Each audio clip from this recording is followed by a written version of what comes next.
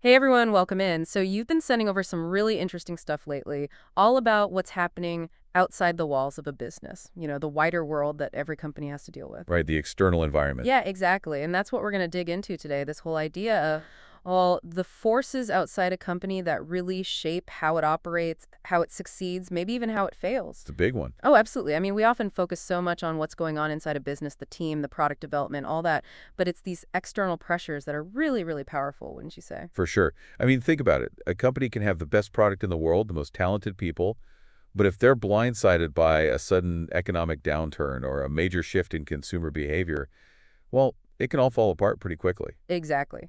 So the mission for this deep dive then is to go through all this great material you sent, pull out the really key insights, and give everyone listening a clear, concise understanding of what they need to know about the external environment. Does that sound about right? Sounds good to me. Awesome. Now, looking at everything here, I think a good way to start is to divide this whole external landscape into two main parts. And this is something I saw pop up again and again in the research. Yeah, it's a classic framework. You've got the operating environment and then the macro environment. Right. And those are kind of big, broad terms, so I think it's worth taking a minute to define them, right? Like what exactly are we talking about when we say operating environment? So the operating environment, think of it like the immediate neighborhood of a business. These are the stakeholders that directly impact the day-to-day operations of the company. Customers, suppliers, competitors, they're all in this space. And a business will have a varying degree of influence over each of them. So there's some level of control there, some give and take. To a certain extent, yeah. Not total control like you might have over internal processes, but definitely more interaction and potential for influence than with the macro environment. Okay, so that makes sense. The operating environment is like the close-up view, the immediate surroundings where a business can, make moves, try to shape things a little bit. Right, and then you zoom out and you get the macro environment, those big sweeping forces, the economic trends, the political landscape, social values, all the stuff that impacts every business no matter what they do. And here, control goes way down, Practically zero, I'd imagine. pretty much. It's more about understanding these forces, anticipating them as best you can, and adapting your strategies accordingly. Okay, so that sets the stage. Two different levels of the external environment, operating and macro. Let's tackle the operating environment first, shall we? You mentioned some key players there, customers, suppliers, competitors. Yeah, and actually, your sources consistently highlight four main stakeholders in the operating environment. Let's start with customers, the obvious ones, right? They're the lifeblood of any business because, well, they're the ones buying the goods or services. Makes sense. But what your sources really emphasize is that it's not just about providing a product or service anymore. It's about meeting customer expectations, and these expectations are constantly evolving. What kind of expectations are we talking about specifically? Well, a big one is the demand for high quality at competitive prices. Customers want the best bang for their buck.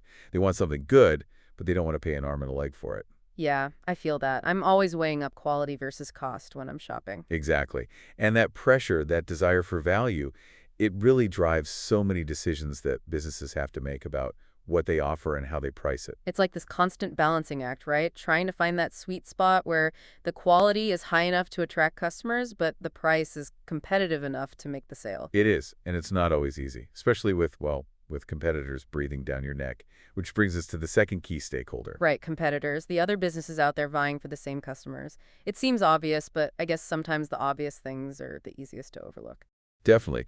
You might be surprised how many businesses don't really have a solid grasp of who their competitors are and what they're doing. So what does it mean to truly understand your competitors then? It means knowing their strengths, their weaknesses, their strategies, their target audience. It's about figuring out what they're doing well, where they're falling short, and how you can differentiate yourself in the marketplace. So it's not just about knowing who they are, it's about using that knowledge to your advantage. Absolutely. It's about finding your unique selling proposition, whether it's through a different product, a better service, a more convenient experience, or even just a more compelling message. So that competitive pressure actually pushes everyone to get better. It can, yeah. It forces businesses to innovate, to constantly improve their offerings, to stay ahead of the curve. So customers and competitors check. What about suppliers? Where do they fit into this operating environment puzzle?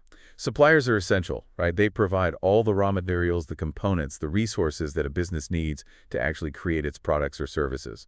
Right, without them you can't really do much of anything. Exactly. And what's interesting is that one of your sources pointed out how increasingly global these supplier relationships are becoming.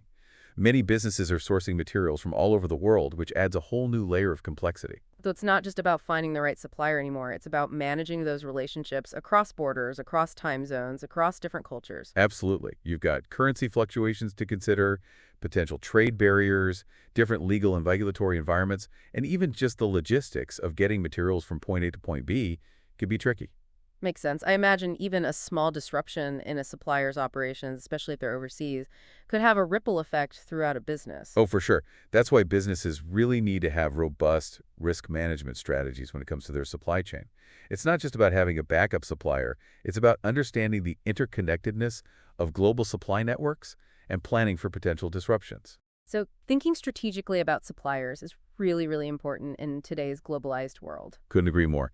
Now, the last key stakeholder group in the operating environment, and it's a bit of a broad one, is what your sources call special interest groups. Special interest groups, that sounds kind of, I don't know, vague. Yeah, it could be a bit of a catch-all term, but essentially it refers to any organized group that has a particular agenda they want to advance and will try to influence how businesses operate to achieve that. So, like who? What kind of groups are we talking about here? Well, your sources mention lobby groups, business associations, trade unions, environmental groups, consumer advocacy organizations. They all fall under this umbrella.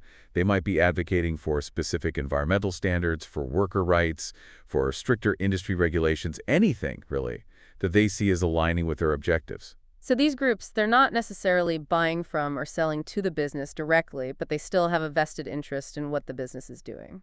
Exactly. And they can exert their influence in various ways, through public campaigns, lobbying efforts, boycotts, even legal action. I see. So businesses need to be aware of these folks, understand what they care about, and figure out how to navigate those potentially complex relationships. Yeah, it's about understanding the landscape, anticipating potential pressure points, and deciding how to respond, whether it's engaging with these groups, pushing back against their demands, or trying to find some common ground. Okay, that makes sense. So we've got a pretty good handle on the operating environment now, right? We've got the customers demanding value, the competitors keeping everyone on their toes, the increasingly global and complex world of suppliers, and then these special interest groups trying to steer businesses in certain directions. Exactly. It's a dynamic and ever-changing space, and any business that wants to succeed needs to be really tuned in to these key players and how they're all interacting. Absolutely. And speaking of dynamic and ever-changing, I think it's time to move on to that other big piece of the puzzle, the macro environment. Right, the big picture stuff. And one of the first things to emphasize here is that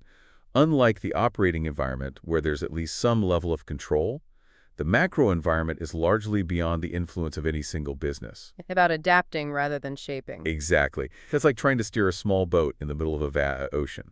You can't control the currents or the waves, but you can learn to navigate them, to adjust your course, and to ride them out when necessary. So let's break down these macro forces then, shall we? First up, legal and government regulations. This one seems pretty straightforward. It's all about the laws and rules that businesses have to follow. On the surface, yeah, but it can get really complex really quickly, especially when you consider the sheer volume and variety of regulations that exist and the fact that they're constantly changing. I mean, it makes sense though, right? Governments have a role to play in setting standards, protecting consumers, ensuring fair competition, all of that. Absolutely. And for businesses, it's about staying informed, making sure they're compliant, and adapting their operations accordingly. One of the examples that really stuck with me from the research was the example of a company being required to install new pollution control devices because of new environmental regulations. Right, that's a perfect illustration of how a change in the legal landscape can directly impact a business's bottom line. They might have to invest in new technology, change their production processes, train their employees, all of which can be costly and time-consuming. So it's not just about knowing the rules, it's about being prepared to make sometimes significant changes to comply with those rules. Absolutely. And then you've got another layer of complexity when you consider that regulations can vary significantly from country to country, which is something to keep in mind for businesses operating internationally. Okay, so legal and government regulations, definitely something to keep a close eye on. What about society attitudes and behavior? This one feels a bit more, I don't know, nebulous, less concrete than laws and regulations. Yeah, it's a bit less tangible, but it's incredibly important. Essentially, it's about understanding the changing values, beliefs, and lifestyles of society as a whole, what people care about, what they're concerned about, what they're aspiring to. So how does that actually play out in the business world? Well, think about the example mentioned in one of your sources, the trend towards more family-friendly workplaces. Right, things like flexible work arrangements, parental leave policies, on-site childcare, all of that. Exactly. As societal attitudes around work-life balance shifted and more people began to prioritize these things, businesses had to adapt. Or risk losing valuable employees. Or risk alienating potential customers who value those principles. It's about recognizing that a business doesn't operate in a vacuum. It's embedded in a broader social fabric, and its success depends on being in tune with the values of its customers and employees. It's about understanding the cultural pulse, I guess. In a way, yeah. It's about being aware of the trends, the conversations, the movements happening in the wider world, and figuring out how they might impact your business, both now and in the future. Makes sense. So, legal and government regulations, societal attitudes, and behavior, we're getting through these macro factors. Next up, economic conditions. This feels like a big one, like the real engine room of the macro environment. It really is, and when we talk about economic conditions, we're talking about the overall health and performance of the economy, both domestically and globally. So, what are the key things to be looking at here? Well, your sources mentioned a whole bunch of factors, things like interest rates, inflation, unemployment rates, exchange rates, wage levels, consumer confidence. All of these have a significant impact on businesses. It's all interconnected, right? Like, if interest rates rise, that affects how much it costs for businesses to borrow money, which can impact their investment decisions, which can have knock-on effects on employment and consumer spending. It's a complex web, yeah, and it can be very unpredictable. Economic forecasting is notoriously difficult, and businesses have to be prepared to navigate both the upswings and the downturns. I imagine it makes long-term planning a real challenge. Definitely. But the more you understand the forces at play, the better equipped you are to make informed decisions and weather the inevitable storms. Okay, so we've got the legal landscape, societal values, the economic engine. What else do we need to consider in this macro environment? Well, one thing that's front and center these days is technology, specifically the rapid pace of technological advancement and its impact on businesses. Yeah, that's something that's come up a lot in the research. It seems like there's a new breakthrough every other day. And it's not just the speed of innovation, it's the transformative power of these technologies. Think about the internet, the rise of mobile devices, the increasing capabilities of artificial intelligence. These have fundamentally changed how we live, how we work, how we interact with the world, and businesses have had to adapt in significant ways. It's not just about adopting new technologies. It's about fundamentally rethinking your business model, your processes, even your products and services in some cases. Absolutely. And the challenge is that it's not a one-time adjustment. It's a constant process of evolution. Businesses have to be continually learning, experimenting, and adapting to stay ahead of the curve. Okay, so technology, a major force to be reckoned with. What else is on the macro radar? Well, another important consideration, especially in today's globalized world, is the global environment. And this encompasses a whole range of factors, things like international trade agreements, geopolitical events, global economic trends, even just the interconnectedness of markets and supply chains. So even if a business operates primarily within its own country, it's still likely to be affected by what's happening in other parts of the world. Oh, definitely. Think about how a conflict in one region can disrupt global supply chains, leading to shortages and price increases in other parts of the world, or how changes in exchange rates can impact a company's profitability. Right, it's all interconnected. So understanding the global landscape, the risks and opportunities is really important for businesses of all sizes. Absolutely. And it's not just about reacting to events as they unfold. It's about anticipating potential challenges and opportunities, building resilience into your operations, and developing a global mindset. Makes sense. And finally, the last macro factor that I saw consistently mentioned in the research is corporate social responsibility, or CSR. Right. CSR, it's definitely moved from the fringes to the mainstream in recent years. And it seems to reflect this growing expectation that businesses need to be about more than just making a profit. Definitely. There's increasing pressure from consumers, investors, and even employees for businesses to be accountable for their impact on society and the environment. So things like reducing their carbon footprint, ensuring ethical sourcing practices, supporting local communities, that kind of thing. Exactly. And it's not just about doing good for the sake of doing good. There's a growing body of evidence that suggests that businesses with strong CSR practices actually perform better in the long run. Really? So it's not just a cost of doing business, it's a potential source of competitive advantage. It can be, yeah, because it can help to attract and retain talent, build stronger customer relationships, and even reduce risk and improve operational efficiency. Interesting. So it's not just a feel-good thing, it can actually be good for business. Exactly. And I think that's a key takeaway from this whole discussion about the external environment. It's not just about reacting to external pressures.